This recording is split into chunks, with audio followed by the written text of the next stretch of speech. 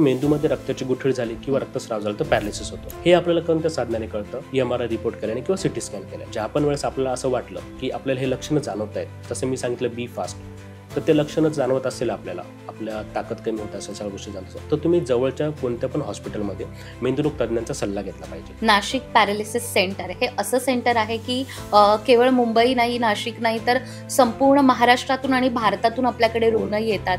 तर कशा पद्धतीनं आपल्या सेंटरमध्ये उपचार दिले जातात? आमचं तर लोकांना हे सांगणं आहे की तुम्ही कुठेही जा, उपचार एकदा तुमचा झाला डॉक्टरांचा, तर डॉक्टरांच्या सल्ल्याने पुढे तुम्ही फिजिओथेरपी, आयुर्वेद, पंचकर्म, ॲक्युपंक्चर या तिघ गोष्टी जिथं पण सर्टिफाईड डॉक्टर असतील अशा एकाच ठिकाणी जर तुम्ही केलं तर तुमचा रुग्ण पहिल्यासारखा होऊ शकतो. हॉस्पिटलमध्ये तुम्ही बघितलं असेल की 4 भिंती असतात, मॉनिटर असतं आणि फक्त 4 भिंतीच दिसतात. डॉक्टर राजेंद्र सर सांगतात की निसर्गच आजार आणतो, निसर्गच घेऊन जातो. त्या तत्वावर आम्ही तिथं सगळं काही डेव्हलपमेंट केली. जेवढे पण पॅरालिसिसचे पेशंट असतात, तुम्ही बघा हॉस्पिटलमधून ज्यावेळेस ते घरी येतात तर त्यांना टिपिकली ड्युफॅलॅक किंवा क्रिमॅफिन असे हे पोट साफ होण्याचे औषध दिलेले असतात. म्हणजे आयुर्वेदामध्ये तर असं सांगितलेलं आहे की ज्या व्यक्तीचं रोज पोट साफ होत असेल त्या व्यक्तीला पॅरालिसिस होऊ शकत नाही. जे खरंच आयुर्वेदिक डॉक्टर आहे किंवा ज्यांचं डिग्री झाली त्यांच्याकडूनच तुम्ही पंचकर्म करा किंवा आयुर्वेदिक औषध वगैरे घ्या. खूप ठिकाणी आमचा अनुभव असा पण आला की काही लोक बोलतात की आम्ही काही गावठी औषध घेतले, आयुर्वेदिक औषध घेतली, पण त्यांना माहिती नसतं की त्याचा फायदा काय, तोटा काय. मोस्टली बेल्स पाल्सीमध्ये तोंड वाकडं होणे हा एक होतं. तर अशा रुग्णाला 1 महिना ते 3 महिने जर आपण कंटिन्यू फिजिओथेरपी, स्टिम्युलेशन या सगळ्या गोष्टी केल्या तर ते पूर्ववत होऊ शकतं. या आजारामध्ये पेशंट 100% बरं होईल का किंवा पहिल्यासारखं होईल का हे फक्त वेळच ठरवू शकते.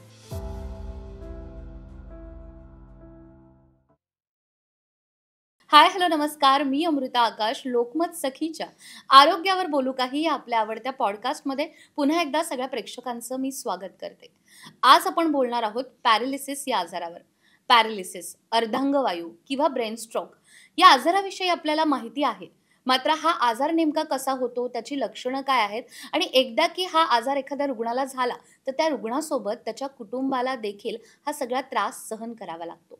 मग हा अर्धांगवायू, पॅरालिसिस कधीच बरा होत नाही का? किंवा तो बरा करण्यासाठी नेमकं कशा पद्धतीनं उपचार करता येतील, याच विषयी आज आपण माहिती घेणार आहोत.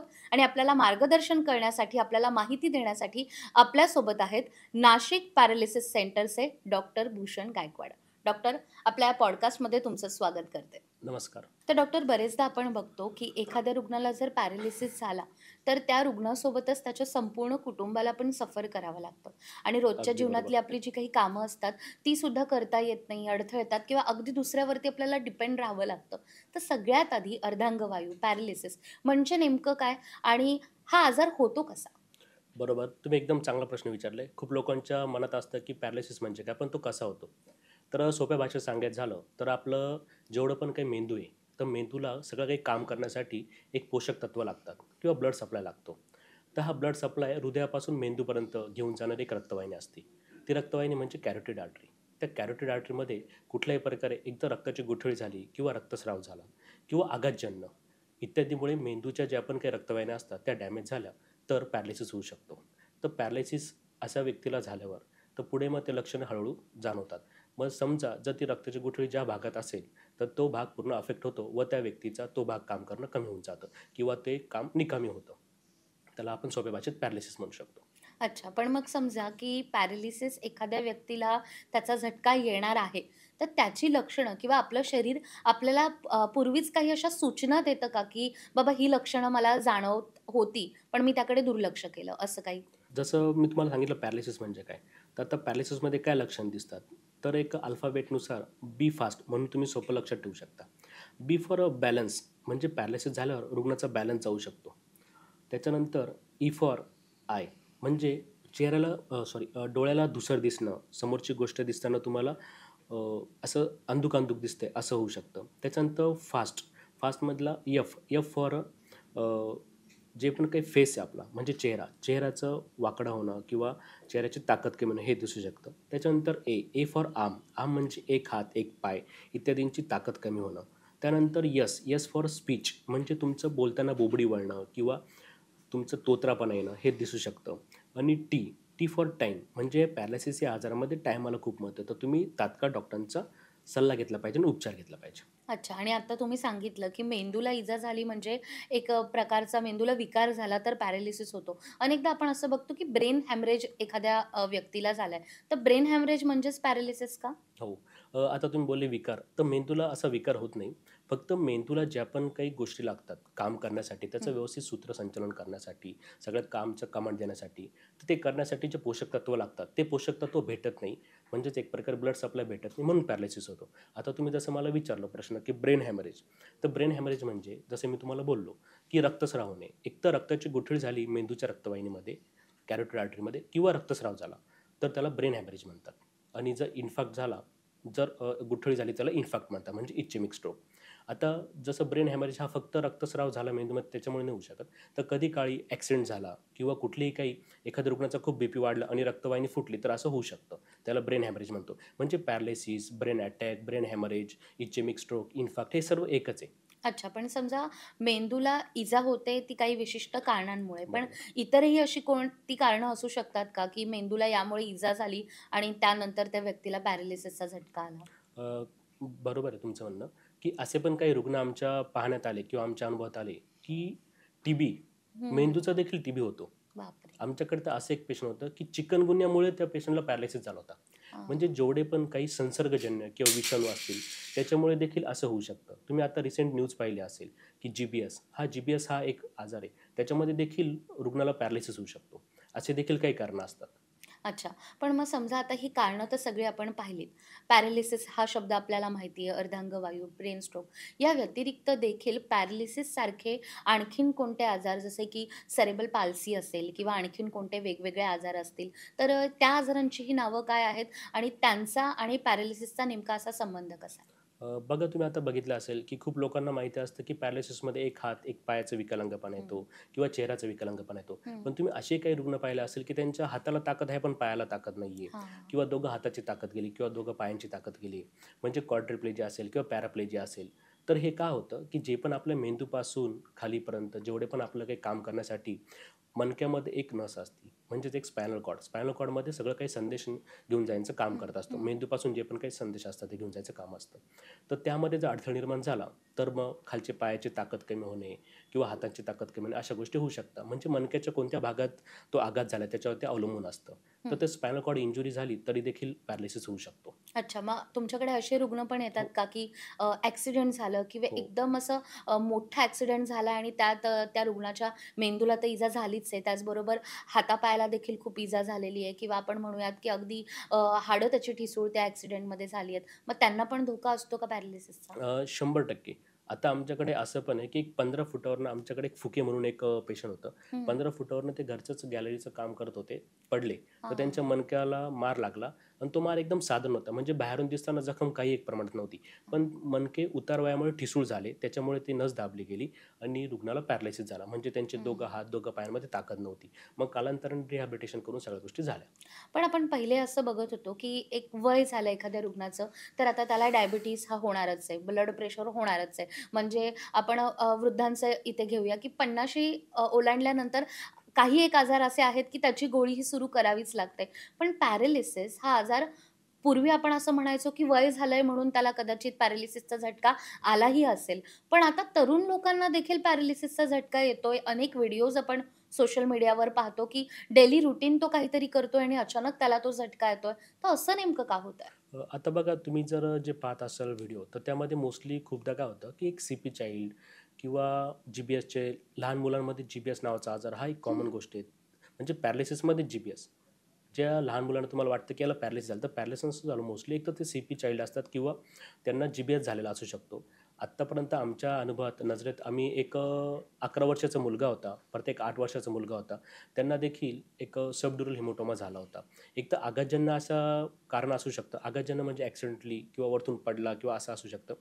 रेअर ऑफ रेअर जे लहान मुलं असतात त्यांच्यामध्ये एक इंटरनल म्हणजेच ब्लड प्रेशर वाढून असं होऊ शकतं. त्यातल्या त्यात जे पण काही वय आहे म्हणजे 18 पासून तर 30 वयापर्यंतचे जे पण तरुण, जी तरुणाची व्याख्या आहे, तर अशा तरुणांमध्ये देखील पॅरालिसिसचं प्रमाण खूप वाढलं आहे हं. आत्ताच्या काळामध्ये. तर आम्ही जेवढे पण पेशंट पाहिले त्यांचा आम्ही एक रिसर्च म्हणून एक विचार करतो, की यांना काय झालं असेल. तर खूपदा आम्हाला असं आढळलं, की त्यांच्या घरात एक तर कार्डियाक हिस्ट्री होती. कोणाला तरी, किंवा त्यांच्या घरात कोणाला तरी पॅरालिसिस झाला होता. दुसरी गोष्ट, तो व्यक्ती की त्याचं मेंदूचं काम खूप होतं. मेंदूचं काम इन द सेन्स म्हणजे IT सेक्टरमध्ये असणं, किंवा सारखा विचार करणं, किंवा त्यांचं कायम कुठल्याही गोष्टी म्हणजे जे मेंदूला ताण येतील अशा गोष्टींच्या ते कंटिन्यू संपर्कात होते. त्या रुग्णांना आम्ही पाहिलं की तरुण वयामध्ये पॅरालिसिस झालेला आहे. आता खूपदा जेवढे पण तरुण बघतो, आता आमच्याकडे तो खूप म्हणजे कमीत कमी 10,000 तरुण मुलं येऊन गेले असतील हम्म. पॅरालिसिसच्या स्ट्रोकमध्ये. तर त्यांची आम्ही प्रत्येकाची एक हिस्ट्री काढली. तर असे पण काही तरुण मुलांमध्ये हिस्ट्री होती की त्यांना कॉन्स्टिपेशनचा खूप त्रास होता. हम्म. आता कॉन्स्टिपेशन हा त्रास मोस्टली उतार वयात होणार असतो, अगदी. पण तरी पण तो तरुण वयांमध्ये आम्हाला बघायला भेटला. तर हे जे पण काही तरुण होते, तर त्यांचं आम्ही प्रत्येकाचं एक विशिष्ट असं एक विभागणी करत राहतो, एक रिसर्चच्या हिशोबाने. तर जे पण काही पेशंट आहे ते व्हेज खाता का, नॉनव्हेज खाता का, त्यांचं ड्रिंक होतं का, की टोबॅको होतं, काय होतं. तर असे खूपदा आम्ही पाहिले असे काही तरुण वर्ग की जो व्यसन होतं त्यांना टोबॅकोचं किंवा स्मोकिंगचं.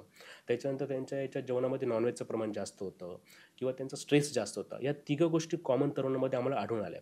आता मी जे सांगतोय की व्यसन किंवा नॉनव्हेज, तर असंच टिपिकली पॅटर्न राहायला पाहिजे असं काही नाही आहे. हम्म. हम्म. म्हणजे जर मी सांगते, फक्त आम्ही जेवढे रुग्ण आले आमच्याकडे त्यांचा आम्ही एक रिसर्च केला, किंवा त्यांची आम्ही एक माहिती जमा केली, त्याच्या आधारावर आम्ही तुम्हाला सांगतोय. म्हणजे याचा अर्थ असा की नाही की ज्या पण तरुण वयाला पॅरालिसिस झाला मुलाला, म्हणजे तो काहीतरी व्यसन करत असेल किंवा नॉनव्हेज खात असेल, हम्म. हम्म. असं काही नाही. पण पॅरालिसिसच्या बाबतीत असंही म्हटलं जातं की या आजाराला वेळेचं खूप बंधन आहे. म्हणजे एखाद्या पेशंटला पॅरालिसिसचा झटका आल्यानंतर त्याला ताबडतोब डॉक्टरांकडे नेणं आणि ट्रीटमेंट अगदी वेळेत सुरू करणं गरजेचं आहे. काही वेळेला पेशंटकडून उशीरही होतो. ती सिच्युएशनच इतकी पॅनिक बरोबर. असते की काय करावं हे कळत नाही. तर आपल्या या पॉडकास्टच्या माध्यमातून काय सांगाल की पॅरालिसिसचा झटका आपल्या आजूबाजूला, आपल्या नात्यामध्ये कोणालाही आला तर सगळ्यात आधी आपण काय करायला हवं? आता मी तुम्हाला जसं सांगितलं की पॅरालिसिस का होतो. जर मेंदूमध्ये रक्ताची गुठळी झाली किंवा हं. रक्तस्राव झाला तर पॅरालिसिस होतो. हां. हे आपल्याला कोणत्या साधनाने कळतं? MRI रिपोर्ट केल्याने किंवा CT स्कॅन केल्याने. बरोबर. तर सर्वात महत्त्वाचं, ज्या पण वेळेस आपल्याला असं वाटलं की आपल्याला हे लक्षणं जाणवत आहेत, जसं मी सांगितलं बी फास्ट, तर ते लक्षणं जाणवत असेल आपल्याला, आपल्या ताकद कमी होत असेल, सगळ्या गोष्टी जाणवत असेल, तर तुम्ही जवळच्या कोणत्या पण हॉस्पिटलमध्ये मेंदुरोग तज्ज्ञांचा सल्ला घेतला पाहिजे. सर्वात महत्त्वाचं, मेंदुरोग तज्ज्ञांचा सल्ला घेतला. मेंदुरोग तज्ज्ञ MRI केल्यानंतर डिसाईड करतात, त्यांचा BP बघून, बाकीच्या गोष्टी करून बघून, की जर रुग्णाला इन्फार्क्ट असेल, हं. म्हणजे 80% पॅरालिसिसच्या पेशंटमध्ये इन्फार्क्ट म्हणजे रक्ताची गुठळी झाल्यामुळेच पॅरालिसिस होतो, हं. 80%. आणि 20% रुग्ण असे असतात की त्यांना मेंदूच्या याच्यात रक्तवाहिनीमध्ये रक्तस्राव झाल्यामुळे होतो. हं. हं. तर जे पण 80% असतात त्याच्यामध्ये रक्ताची गुठळी असेल, तर असे पण काही इंजेक्शन असतात, त्याला थ्रम्बोलाइज करणं म्हणतात. तर थ्रम्बोलाइज केल्यावर रुग्ण म्हणजे सुरुवातीला 4 तासाच्या अगोदर हं. तुम्हाला पॅरालिसिस झाला, लक्षणं जाणवत आहे, तुम्हाला असं वाटतंय, तर तुम्ही सुरुवातीला लगेच हॉस्पिटलमध्ये जायला पाहिजे. हं. मेंदुरोग तज्ज्ञांचा सल्ला घेतला पाहिजे. मेंदुरोग तज्ज्ञाचा सल्ला जर तुम्ही सुरुवातीला 4 तासाच्या आत घेतला आणि तुमच्या पेशंटला जर इन्फार्क्ट असेल आणि BP कंट्रोल असेल, बाकीच्या गोष्टी सगळं काही नियंत्रणात असतील, तर मेंदुरोग तज्ज्ञ ठरवतात आणि थ्रम्बोलाइज करतात, म्हणजे रक्तपातळांची इंजेक्शन देतात. जसं तुम्ही पाहिलं असेल की एखाद्या व्यक्तीला हार्ट अटॅक आला तर पूर्ण हृदय बंद पडतं. पण हे पूर्वी व्हायचं. आता कसं होतं की हार्ट अटॅक आला तर रुग्णाला आपण रक्तपातळीचे, जे तुम्ही ऐकलं असेल खूप लोकांनी, आम्ही 50,000चं इंजेक्शन दिलं, 80,000 दिलं. तर असे इंजेक्शन्स हे मेंदूच्या पण पॅरालिसिसमध्ये खूप उपयोगाचे असतात. तर असे इंजेक्शन दिले तर रक्तप्रवाह पुन्हा चालू होतो, आणि रक्तप्रवाह पुन्हा चालू झाला की मेंदूचा जो काही पॅरालिसिस झाला असतो पेशंटला, तो पेशंट पुन्हा पूर्ववत होऊ शकतो. बरोबर आहे. आणि म्हणून या आजारामध्ये टायमाचं खूप महत्त्व आहे, सुरुवातीचे 4.5 तास. बरोबर. तर त्याला जसं गोल्डन पिरियड असं म्हणतात. अगदीच, अगदीच. तर जसं आता डॉक्टरांनी आपल्याला सांगितलंय, की आपल्या आजूबाजूला, आपल्या घरामध्ये एखादा पॅरालिसिसचा पेशंट असेल किंवा असं वाटतंय, की आता त्याला पॅरालिसिसचा झटका येतोय, तर वेळ न दवडता लगेचच डॉक्टरांकडे जाणं आणि ज्या सगळ्यात महत्त्वाच्या टेस्ट आहेत, त्या करून घेणं खूप महत्त्वाचं आहे. तुम्ही गेल्या अनेक वर्षांपासून पॅरालिसिस रुग्णांसाठी खूप महत्त्वाचं असं काम करतायत. त्यांना बरं करण्यामध्ये तुमचा खूप मोठा वाटा आहे. तर आत्तापर्यंत तुम्ही ज्या पेशंटवर उपचार केलेत, त्यात सगळ्यात कमी वयाचा असा कोणता पेशंट आहे का? कारण मगाशी आपण हो. डिस्कस करत होतो तेव्हाही तुम्ही सांगितलं, की किती लहान पेशंट आपल्याकडे येतायत. लहानातलं लहान म्हटलं तर आमच्याकडे एक 2 वर्षाची मुलगी पण होती, की जिला हं. GBS झाला होता. त्याच्यानंतर एक 8 वर्षाचा मुलगा पण होता. हं. तर त्याला पण GBS झाला होता. तर हे दोघं मुलं, आणि GBS हा आजार आता तुम्ही जसं न्यूजला पाहत असाल, की गुलिन बॅरी सिंड्रोम, हा GBS हा आजार फार पूर्वीपासून आहे. परंतु आता तुम्ही पुण्याच्या ज्या पण घटना पाहिल्या, 100 पेक्षा जास्त पेशंट किंवा काही पेशंट व्हेंटिलेटरवर. तर मी तुम्हाला जसं सांगितलं, की 8 वर्षाचा आमच्याकडे एक मुलगा होता, तर तो व्हेंटिलेटर होता.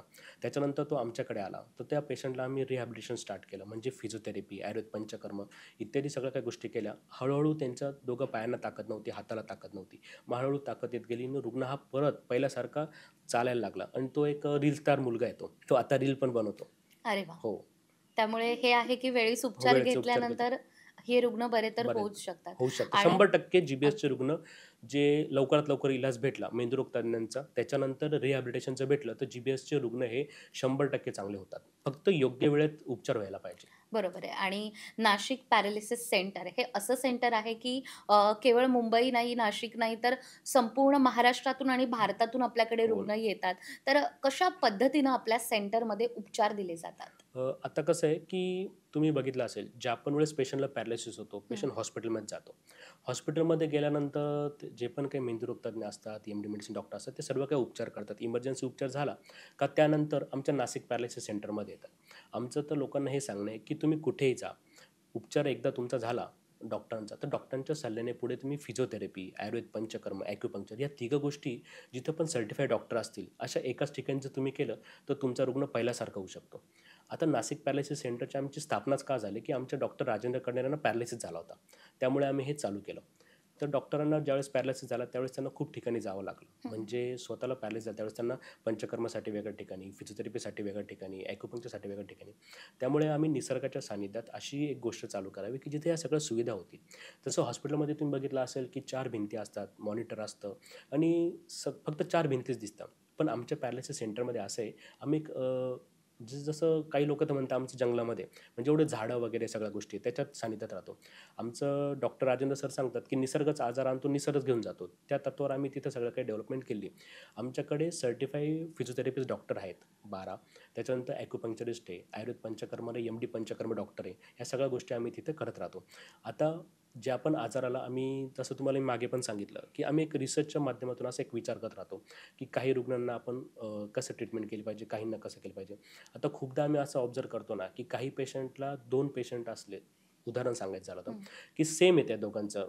पण काही पेशंट लवकर बरे होतात आणि काही पेशंट लेट बरे होतात. हं. आता हे असं का होतं? एकाच ठिकाणी मेंदूच्या ठिकाणी डॅमेज झाले किंवा एकाच ठिकाणी त्यांना इजा झालेली आहे. दोघं पेशंटला सारखंच आहे.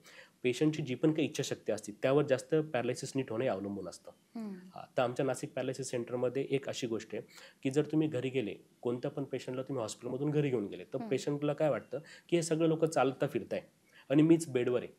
हां. मला कोणत्याही गोष्टीला मला ना एक अनुभव म्हणजे त्यांचा असा अनुभव सांगतात ते, की मला स्वतः वॉशरूमला जायचं असेल किंवा पाणीचा ग्लास घ्यायचा असेल, तरी देखील मला आवाज द्यावा लागतो, मला बोलावं लागतं, मला डिपेंड राहावं लागतं. हं. पण नाशिक पॅरालिसिस सेंटरमध्ये कसं असतं, की जिकडं बघावं ते तर पॅरालिसिसचेच पेशंट आहे. हं. म्हणजे मला तरी कमीत कमी पाय उचलता येतो, मला थोडंफार चालता येतं. हा तर झोपलेलाच आहे व्यक्ती. म्हणजे माझ्यापेक्षा तर याची परिस्थिती थोडी वाईटच आहे. मग आणि कधी-कधी असं पण होतं ना, की अरे हा तर 8 दिवसापूर्वी चालत नव्हता, हा चालायला लागला आणि मी तर अजून फक्त पायच पुढे टाकतोय. तर मग असं पण होतं. त्याच्यामुळे नाशिक पॅरालिसिस सेंटरमध्ये, की एकमेकांकडे बघून किंवा निसर्गाच्या सानिध्यात पेशंट लवकर चांगले होतात, असा आमचा अनुभव आलाय. अच्छा. त्यामुळे आता आपल्या या पॉडकास्टच्या माध्यमातून जे प्रेक्षक आपल्याला पाहतायत, मला त्यांनाही सांगायचं आहे, की तुमच्या जवळपास कोणालाही पॅरालिसिसचा झटका आला असेल आणि अर्धांगवायूचे कोणी रुग्ण असतील आणि त्यांना जर उपचार हवे असतील, तर नाशिक पॅरालिसिस सेंटर याचा नंबर तुम्हाला स्क्रीनवर दिसतोय.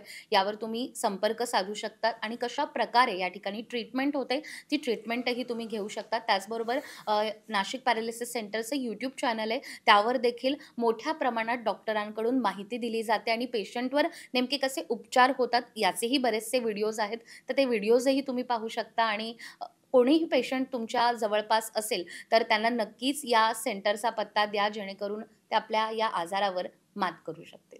तर डॉक्टर, मला तुम्हाला आणखीन एक गोष्टही विचारायची आहे. मॅम मी तुम्हाला इंटरप्ट करतो. तुम्ही जर सांगितलं की नाशिक पॅरालिसिस सेंटरला जा. पण आमचं असं स्वतःचं मत आहे, की ज्यावेळेस तुम्हाला हॉस्पिटलमधून डिस्चार्ज भेटतो, त्यावेळेस तुम्ही आमच्या सेंटरला आलं पाहिजे असं काही नाही. तुम्ही कुठेही जा, हं. काहीही करा. फक्त पेशंटला वेळेचं खूप महत्त्व असतं पॅरालिसिस हं. आजारामध्ये. तर अशा रुग्णांना तुम्ही घरी फिजिओथेरपी, आयुर्वेद पंचकर्म, ॲक्युपंक्चर हे जर तुम्ही करत राहिले, तर पेशंट तुमचं 100% चांगलं, 100% चांगलं पेशंट तुमचं होऊ शकतं. फक्त या आजाराला ज्यावेळेस तुम्ही हॉस्पिटलमधून घरी येतात, जसं इमर्जन्सी तुम्ही मॅनेजमेंट करतात, तसं पुढचं पण उपचार करणं खूप गरजेचं असतं. म्हणजे physiotherapy, panchakarma, acupuncture. Physiotherapy doctor खूप लोकांना म्हणजे आता शहरात तरी याची माहिती आहे, पण खेडोपाडी आमच्याकडे जे काही पेशंट आहेत, त्यांना हे देखील माहिती नसतं, की व्यायाम करणारे सुद्धा डॉक्टर असतात. हं. हां, तर ह्या डॉक्टरांचं शिक्षणच 5.5 वर्ष, त्याच्यानंतर मास्टर डिग्री करतात ते 3.5 वर्ष, की हातपाय कसे हलवतात, हं. याचं सुद्धा शिक्षण असतं. तर ते किती फोर्सने केलं पाहिजे, काय केलं पाहिजे. तर ह्या माध्यमातून जर तुम्ही फिजिओथेरपिस्ट प्रॉपर सर्टिफाईड डॉक्टरांकडून जर फिजिओथेरपी केली, तरी देखील तुमचा पेशंट हा पूर्ववत आणि चांगला होऊ शकतो. अच्छा.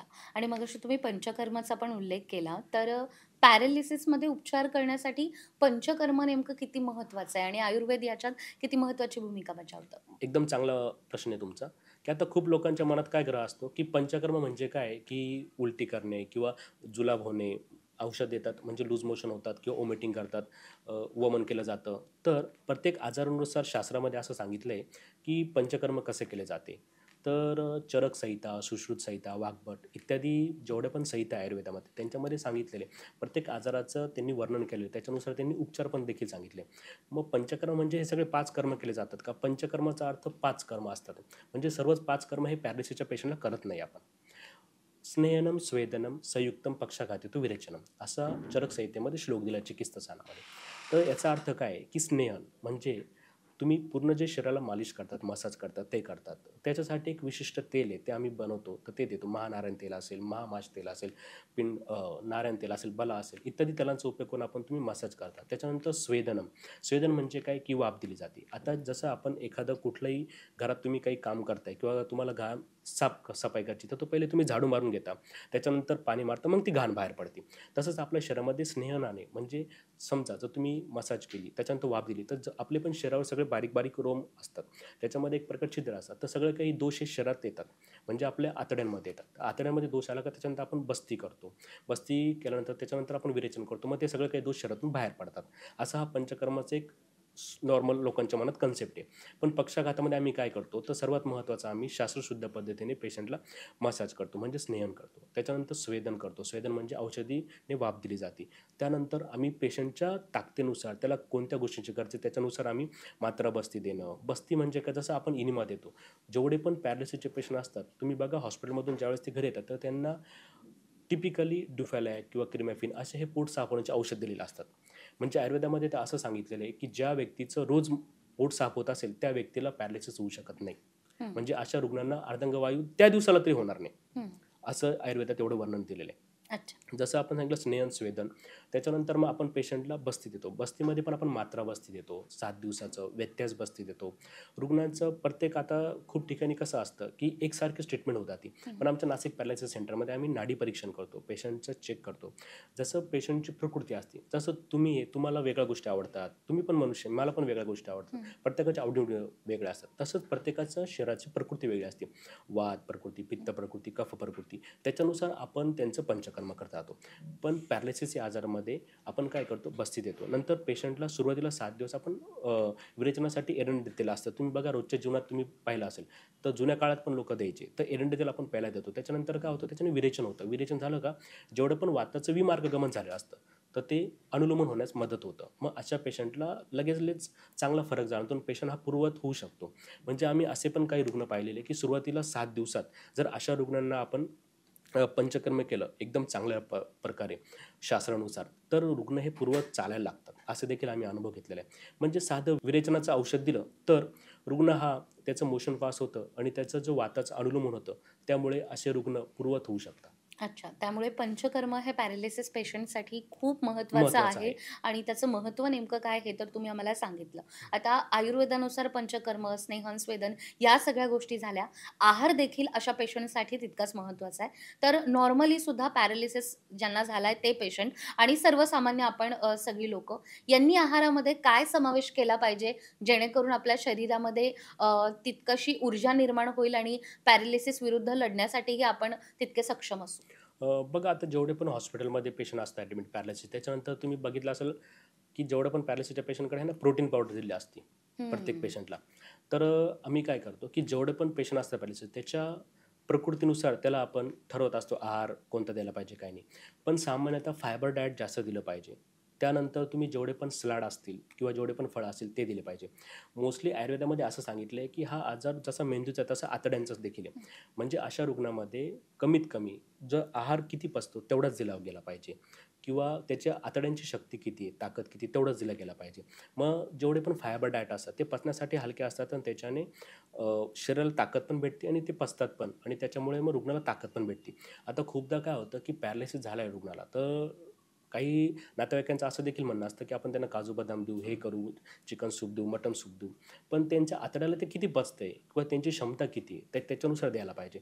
फक्त जर तुम्ही देत राहिले आणि ते पचत नसेल तर ते पूर्ण एक प्रकारे वेस्ट प्रोडक्ट म्हणून बाहेर पडतं. मग त्याच्यामुळे काही एक फायदा होत नाही रुग्णाला, उलट ते फायद्यापेक्षा तोटे जास्त होतात. बरोबर. आणि जसं तुम्ही मगाशी सांगितलं, की जी-बी-एसच्या रुग्णांची संख्या पण आता वाढत चालली आहे. तर पुण्यामध्ये सर्वाधिक आपल्याला महाराष्ट्रातले रुग्ण तर पाहायला मिळाले. पण देशभरात देखील नेमकी कशी स्थिती आहे जी-बी-एसची आणि येणाऱ्या काळात देखील या रुग्णांची संख्या वाढू शकते असं तुम्हाला वाटतं का? आता कसं माहिती आहे का मॅम, की जी-बी-एस जो पण आजार आहे हा काय आत्ताचा आलेला आजार नाही आहे. हं. जी-बी-एस हा आजार गुलिन बॅरे हे जे 2 सायंटिस्ट होते आणि स्ट्रोम हे तिघं सायंटिस्ट यांनी सर्वात महत्त्वाचा पहिले त्यांचा शोध लावला.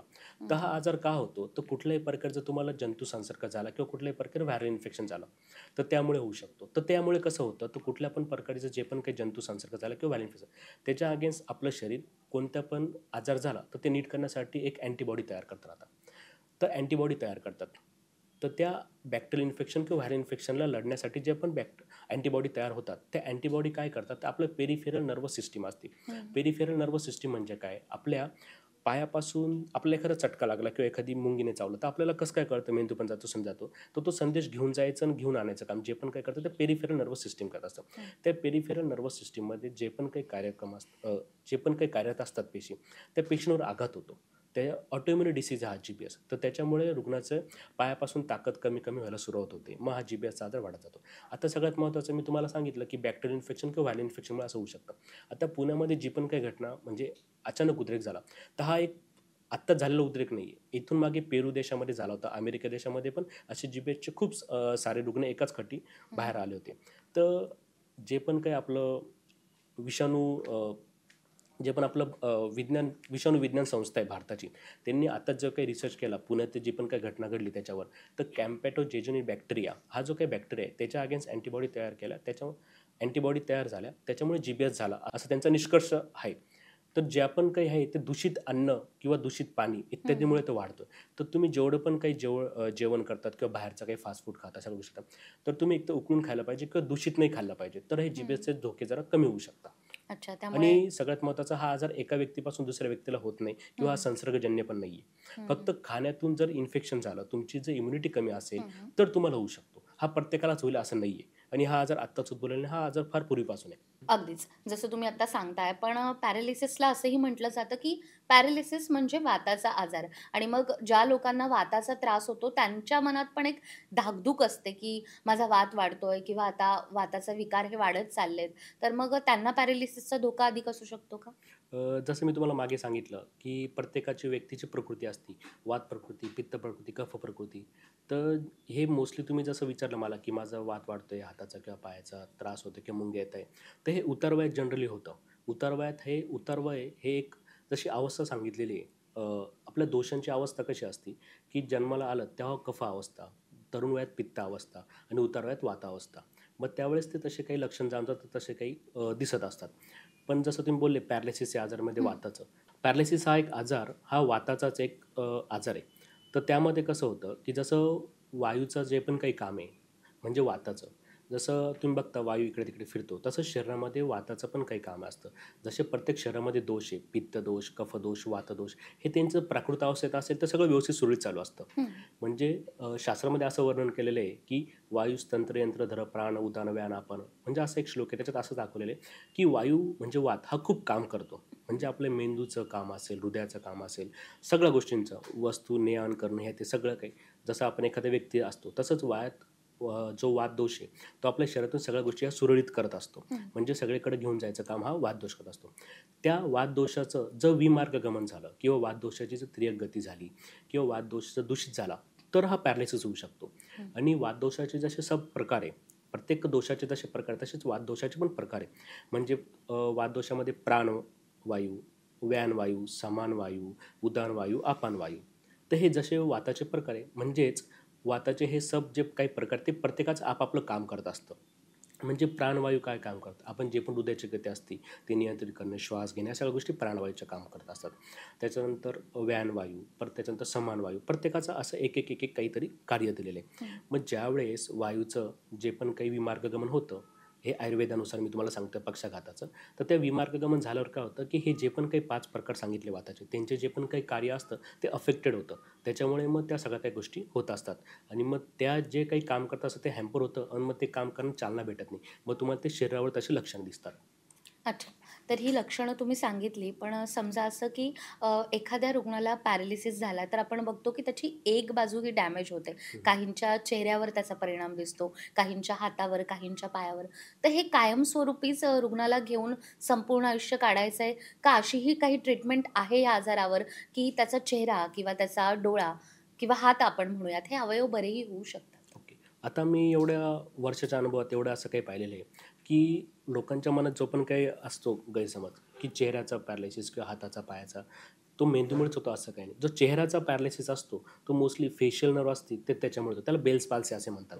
तो जो चेहऱ्याचा जो पॅरालिसिस असतो, तो जर सुरुवातीच्या काळात तुम्ही योग्यच फिजिओथेरपी केली, स्टिम्युलेशन केलं, ॲक्युपंक्चर केलं, आयुर्वेद पंचकर्म केलं, तो चेहऱ्याचा पॅरालिसिसचा चांगला होऊ शकतो आणि हं, रुग्ण हा पहिल्यासारखा पूर्ण त्याचं चेहऱ्याचे जे पण काही हावभाव आहे, ते सगळं काही येऊ शकतात. हं. काही आजारामध्ये कसं होतं, की मेंदूचा जो भाग डॅमेज झाला असेल, म्हणजे जर आपण जे काही पाहतो, नजर वगैरे सगळ्या गोष्टी किंवा तर ते नजर काही लोकांची नजर जाते पॅरालिसिसमध्ये. हां. हो. मग ते ऑसिपिटल लोब म्हणजे मेंदूमध्ये जसं मी तुम्हाला सांगतो एक सोपं उदाहरण, जसं एखाद्या घरात 5 लोकं आहे. एखादा व्यक्ती आहे, तो जो काम करतो, घरात पैसे कमवून आणतो. एखादी गृहिणी आहे, ती स्वयंपाक करते आणि जेवण खाऊ घालते. एखादा मुलगा आहे, तो मुलगा शाळेत जातो हं, किंवा मुलगी आहे, ती कॉलेजला जाते.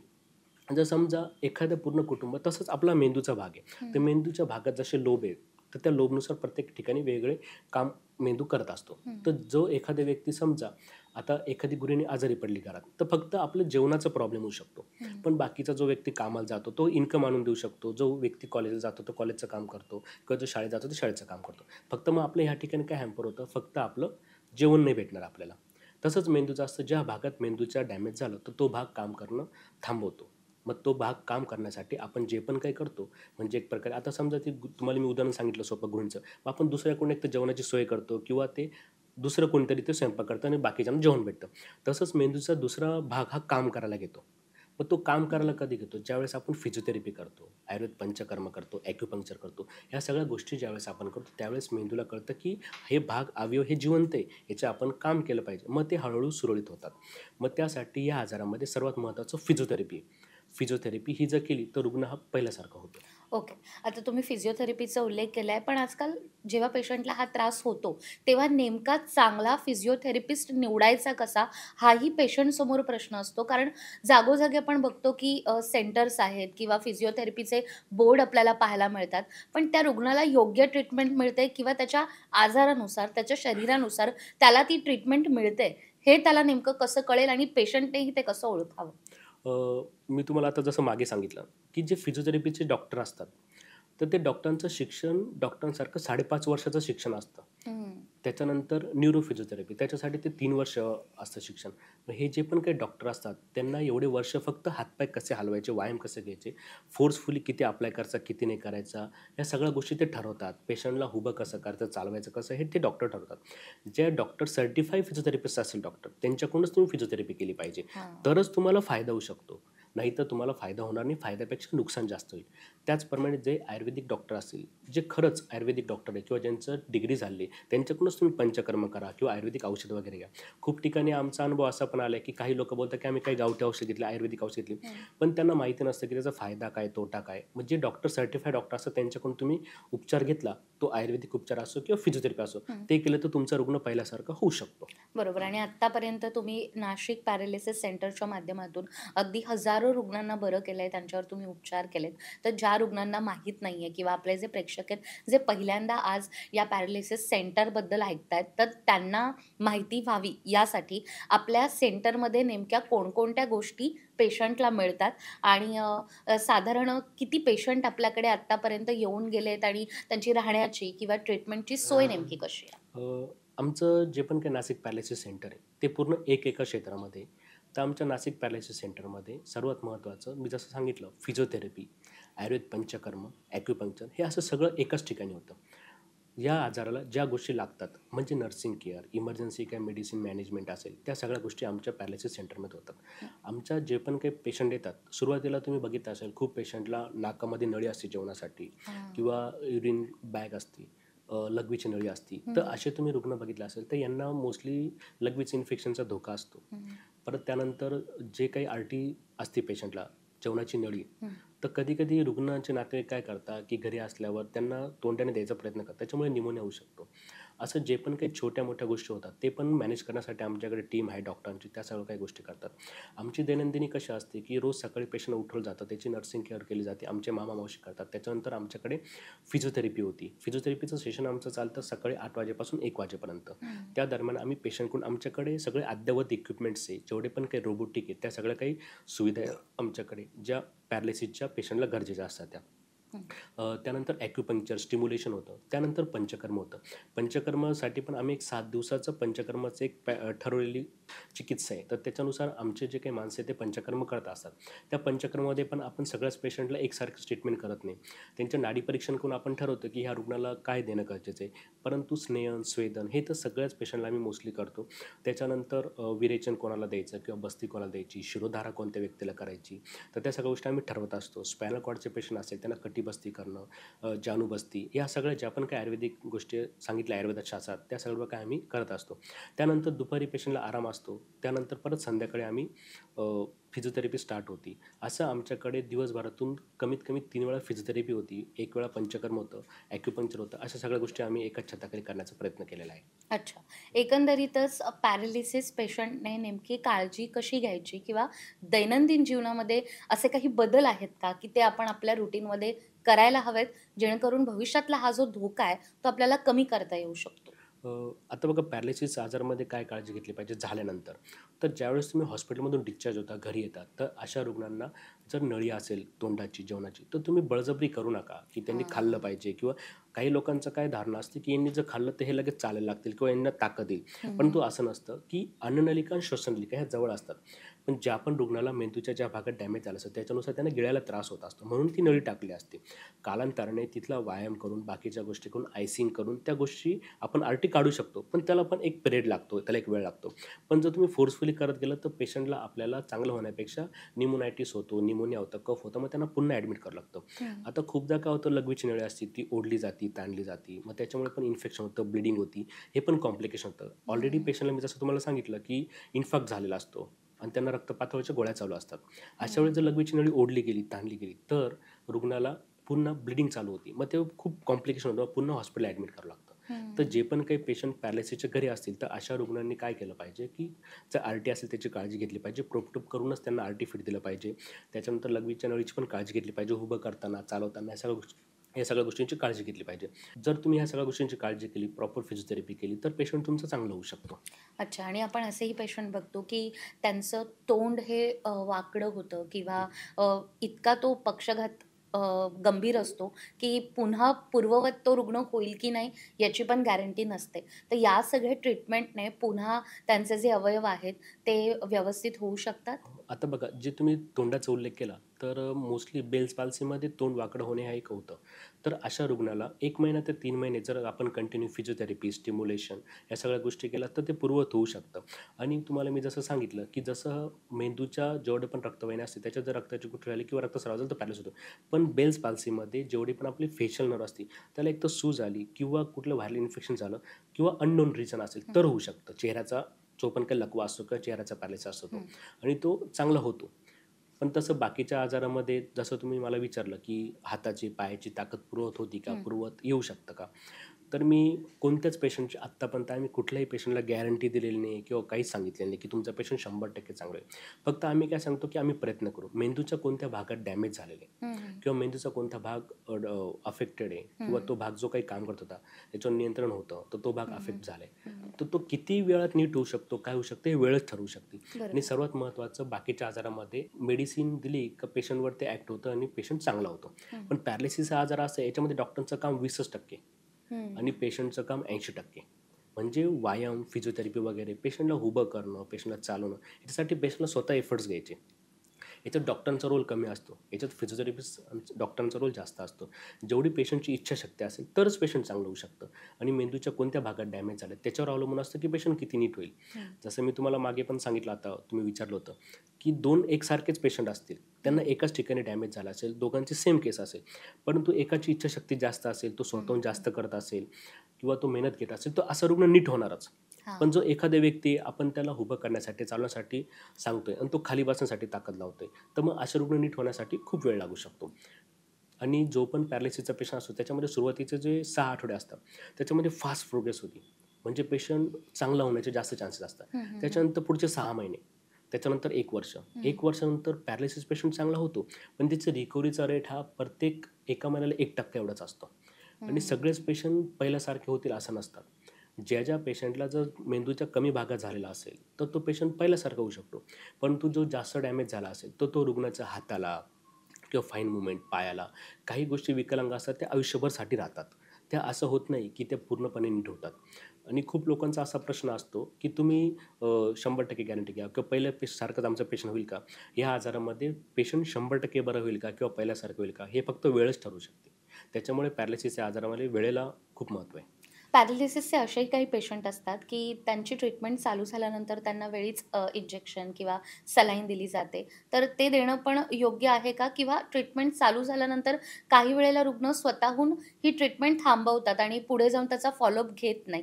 तर हे पेशंटसाठी किती योग्य आहे? आता तुम्ही जे सांगितलं ना, की सलाईन इंजेक्शन्स, जे पण काही पॅरालिसिसचे पेशंट असतात, तर पॅरालिसिसच्या पेशंटमध्ये जे पण काही मेंदुरोग तज्ञ असतात, त्या मेंदुरोग तज्ञांनी जे पण काही सलाईन इंजेक्शन वगैरे देतात, तर तेवढा जो काही कोर्स झाला, म्हणजे इमर्जन्सी पिरियडचा 7 दिवसाचा, 15 दिवसाचा, त्यानंतर यामध्ये इंजेक्शनचा काही एक रोल राहत नाही. अच्छा. पण जे पण काही रक्तपातळींची गोळ्या असतील, मेडिसिन असतील, बीपीच्या, कन्व्हर्जन न येण्याच्या, म्हणजे फिट न येण्याच्या गोळ्या, ज्या पण काही मेडिसिन असतील त्या डॉक्टर सांगतील तोपर्यंत बंद करू नये. आमच्याकडे जे पण काही पेशंट येतात त्यांना आम्ही परत पुन्हा मेंदुरोग तज्ञांकडे पाठवतो फॉलोअपसाठी, की तुम्ही या गोळ्या औषधं कुठपर्यंत चालू ठेवायच्या, काय चालतं, हा सर्वस्वी निर्णय डॉक्टर घेतील. हा पेशंटने स्वतः घ्यायला नाही पाहिजे. आमच्याकडे असे काही रुग्ण आलेले आहे की त्यांनी मध्येच मेडिसिन बंद केले आणि त्यांना सेकंड स्ट्रोक, थर्ड स्ट्रोक पण येऊन गेलेला आहे. असे देखील खूप रुग्ण आहे आमच्याकडे येऊन गेलेले. तर जसं तुम्ही आता सांगितलं, की पॅरालिसिस झाल्यानंतर आपण वेळीच काय करायला हवं, कशा पद्धतीने ट्रीटमेंट घ्यायला हवी आणि जे प्रेक्षक आपला आजचा हा संपूर्ण पॉडकास्ट ज्यांनी पाहिला आहे आणि तुमच्या मनात पॅरालिसिस आणि त्याच्या उपचारांविषयी कोणतेही प्रश्न असतील, तर ते प्रश्न तुम्ही आम्हाला कमेंट करा. आपण डॉक्टरांकडून त्याची उत्तरं नक्कीच घेऊयात. त्याचबरोबर ट्रीटमेंटविषयी तुम्हाला माहिती हवी असेल, तरीही डिस्क्रिप्शन बॉक्समध्ये नंबर आहेत. या नंबरवर तुम्ही स्वतःहून संपर्क करू शकता आणि त्या नाशिक पॅरालिसिस सेंटरमध्ये जाऊन देखील तुम्ही उपचार घेऊ शकता. डॉक्टर, आज तुम्ही इथे आलात आणि पॅरालिसिस हा असा आजार आहे, की त्याविषयी खूप भीती असते मनामध्ये, खूप प्रश्न असतात. पण अगदी सोप्या शब्दांमध्ये तुम्ही आम्हाला समजावून सांगितलं आणि कशी ट्रीटमेंट होते हेही आम्हाला सांगितलं. तुम्ही इथे आलात, आमच्याशी चर्चा केली. तुमचे खूप खूप आभार.